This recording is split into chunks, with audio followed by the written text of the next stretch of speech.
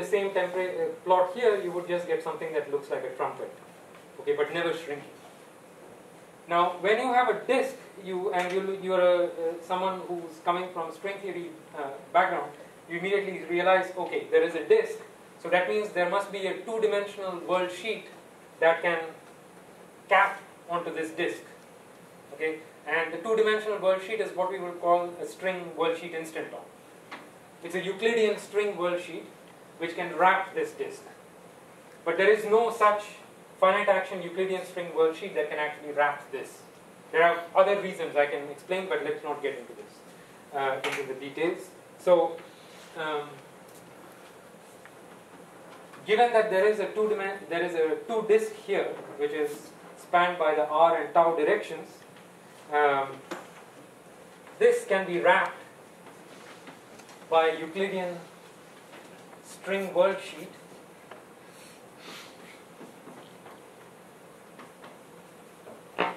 which looks like a disk and whose boundary coincides with the boundary of AdS. So you can take a Euclidean string world sheet, wrap this, and the boundary of the disk or the boundary of the string world sheet would coincide with this, with the thermal circle at the boundary.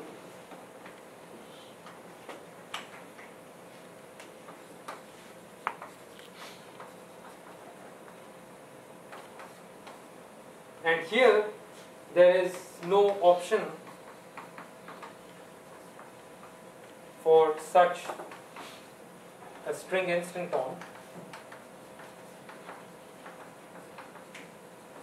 And the main reason for that is because this geometry goes from r equals 0 to r equals infinity, and you don't know what to do at r equals 0. If you wrap a string, you have to put some boundary conditions there, and there's no natural boundary conditions that you can actually put. So there's nothing you can wrap there. There is something you can wrap here. Now, and then you have to worry about, you have to then start thinking about what does this Euclidean string world sheet wrapping that disk, what does it mean? What does it compute for us?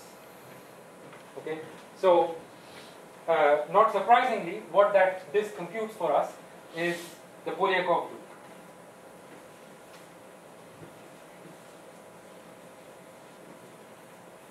So the other piece in the AdS CFT description is that the endpoint of the string world sheet, so if you have a disk like this,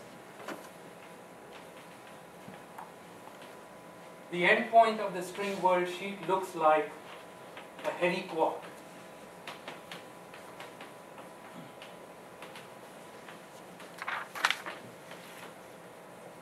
World sheet is interpreted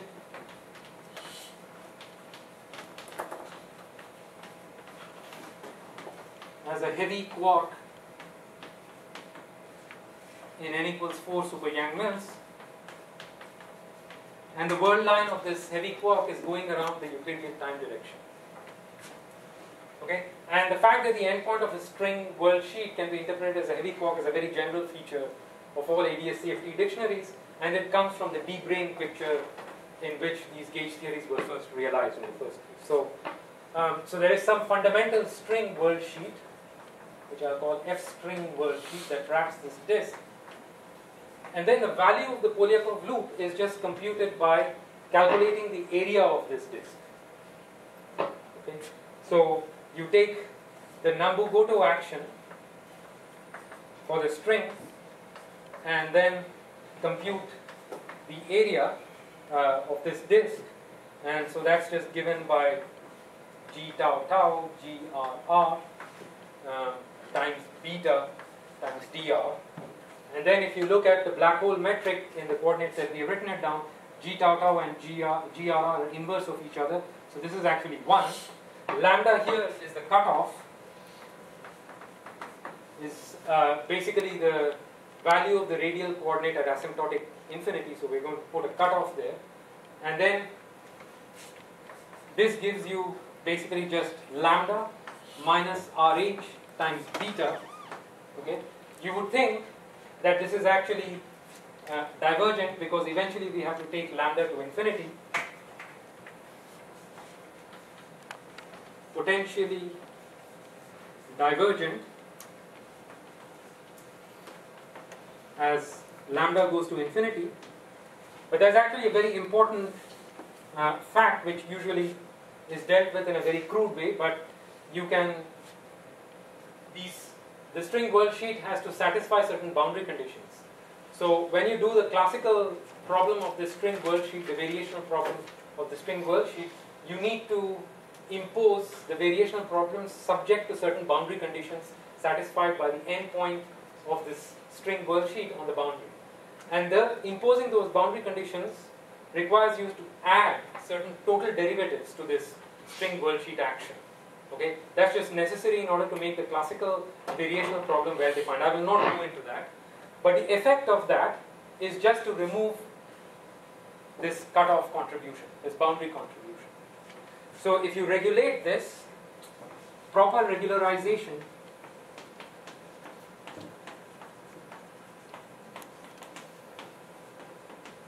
means that we just have to remove, subtract off this UV divergence.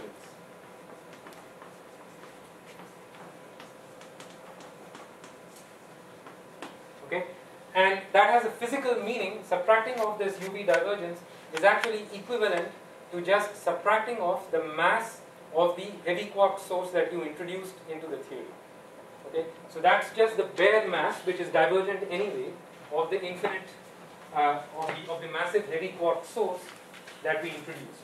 So after this subtraction, the Polyakov loop is actually given by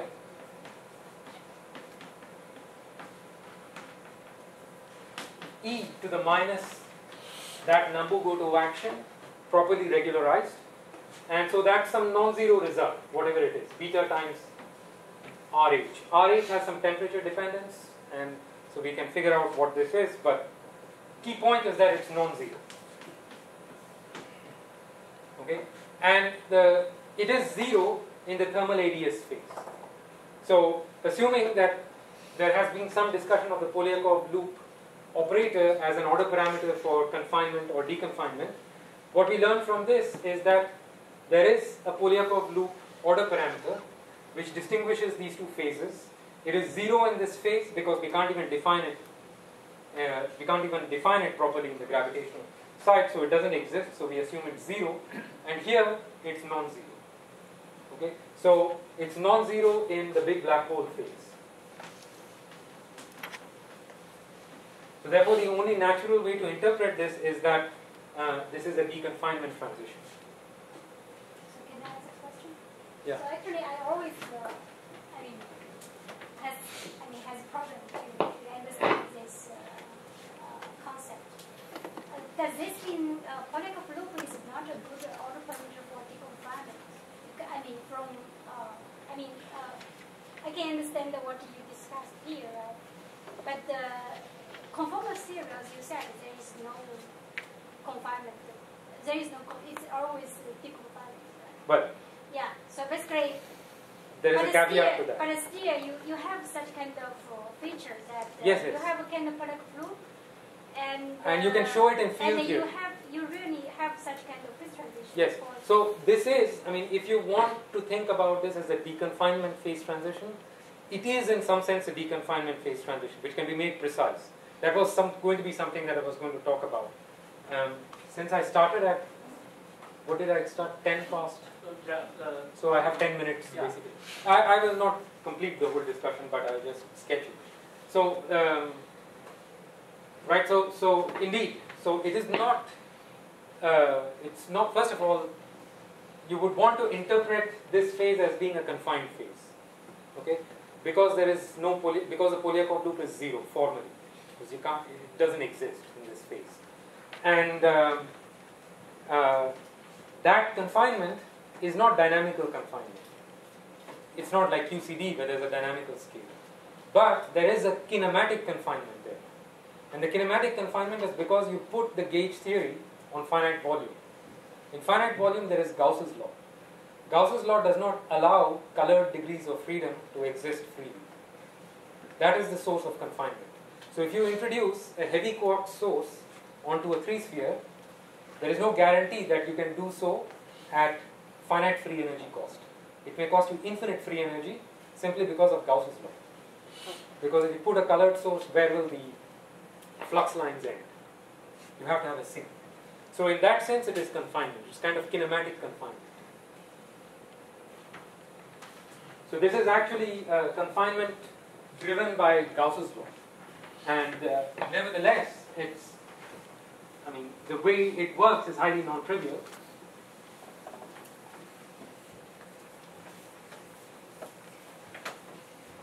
This does not mean that the Polyakov lobe is not a good order parameter. It is a good order parameter, but the kind of confinement that we are talking about here is not dynamical confinement. It's just the fact that because you're on a free sphere, your only gauge invariant degrees of freedom contribute to the partition function. However, that's not always true, because as you increase the temperature, something happens which then suddenly allows you to introduce this source. Is this related to some topological? No. I kind of will tell you a little bit more. So let me say just a few things. So the Polyakov loop we know is an order parameter for deconfinement.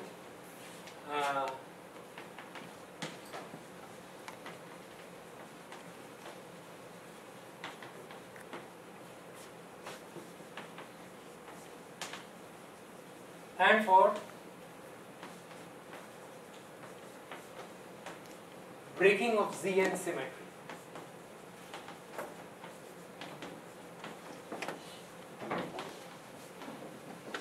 So, if you don't want to think about this as a deconfinement transition because n equals 4 is not dynamically confining, you should think of this as a Zn breaking transition. That is also with some caveats, because we are in finite volume, and so you might wonder whether you can break symmetries in finite volume, but you can argue that you can do so because you're in the large n limit. Okay. So this is breaking the Zn center symmetry.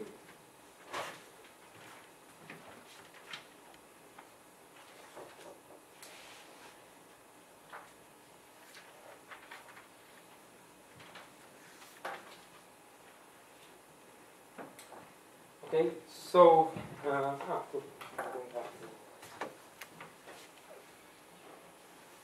there is an interesting question here, of course, that when you break Zn symmetry at high temperatures, so this is a high temperature,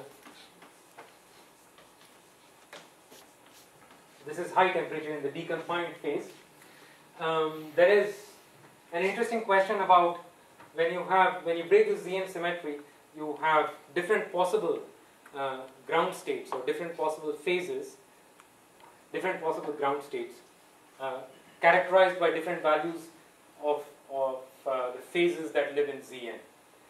And you can imagine domain walls that exist between these different Zn phases. It's an interesting question to ask whether you can find these domain walls in supergravity or in gravity.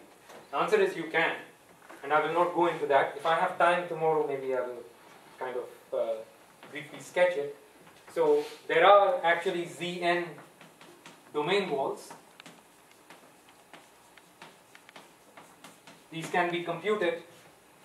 Their tensions can be computed.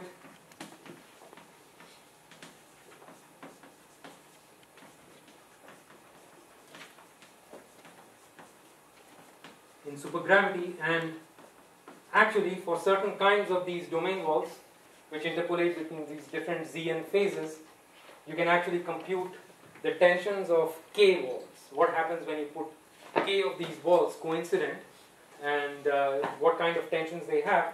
And because these things are of interest for people probably on the lattice, and also you can compute these things at finite temperature using just the weakly coupled gauge theory, and there's a very interesting kind of matchings that you see between the two sides, but I will not get into this now. So there's lots of properties of high temperature gauge theories that you can actually deduce from just looking at the n equals 4 theory at high temperatures. Okay, so let's come back to this issue of why there is a deconfinement transition, how we should interpret this, this deconfinement transition. So I won't explain everything, but one way to understand what's going on is to consider this n equals 4 theory on S3 cross S1. And since we've already looked at the infinite strongly coupled limit, we want to understand what happens at weak coupling.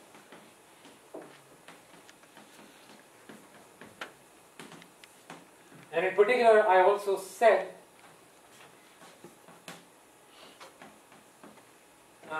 maybe I didn't say it, but actually we can even take the extreme limit of taking the 't Hooft coupling and turning it down to 0. So we'll take the extreme limit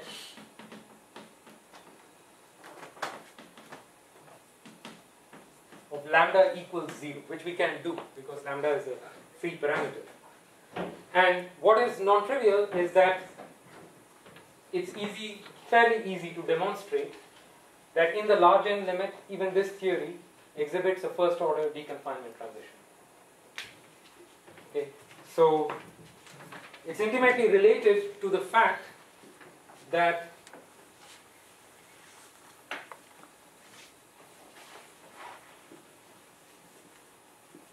the states in this theory are gauge invariant because you put the theory on finite volume. So the only way you can classify the states of the system is to look at gauge invariant operators or gauge invariant excitations. So let's look at the extreme limit where lambda is 0 and n is infinite. And I will promise you that I will finish on time. So on S3, the Hamiltonian, as I've already mentioned once, is actually nothing but the dilatation operator of n equals 4 theory.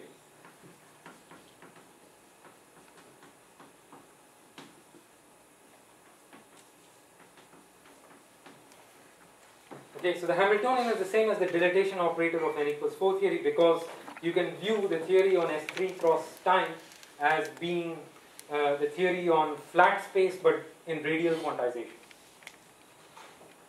Now, what are the fluctuations? Well, the fluctuations or excitations of free fields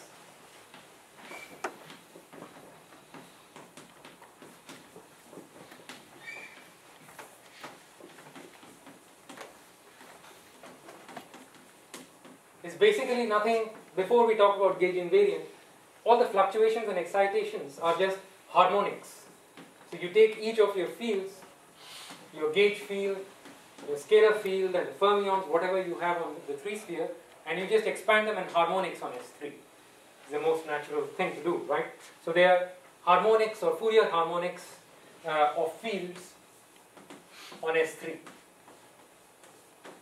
So once you've done a harmonic decomposition, you've lost your space and time completely because you just have a bunch of modes which are labeled by their quantum numbers. They're just L, M, etc. quantum numbers.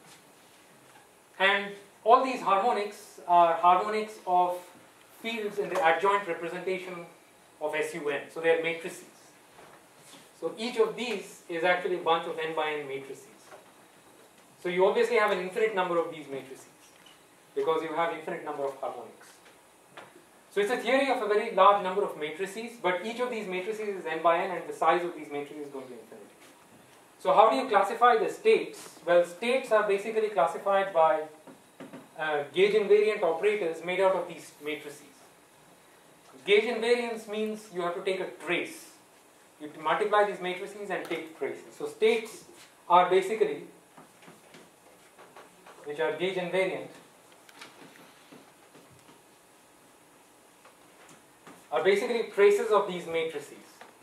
So there's some A, L1, A, L2, maybe a scalar field L3, etc. Whatever you want to throw in. Making any string of operators, string of words with any of the operators you have, or the matrices you have, and you create states. And basically,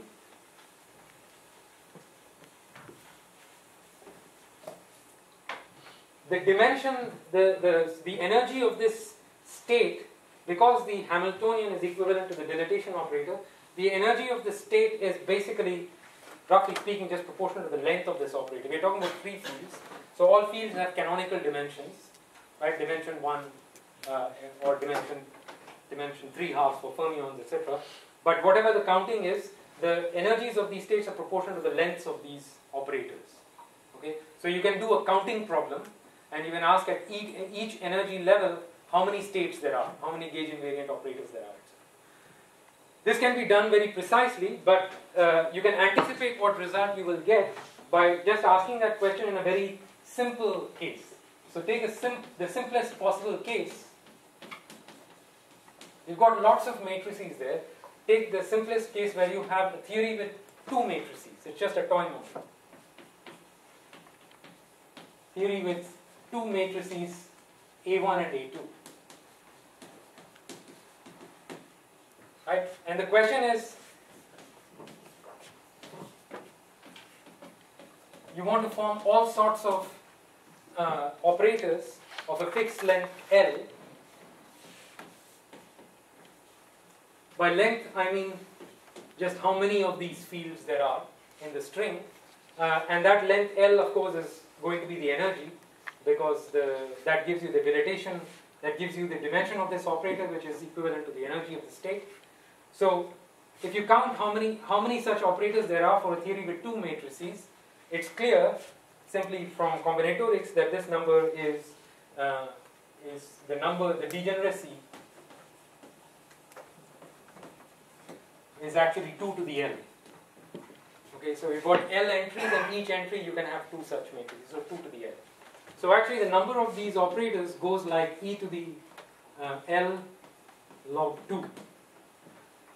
And since L is the same as the energy, it's telling us that the degeneracy of states grows exponentially with the energy. So this grows exponentially .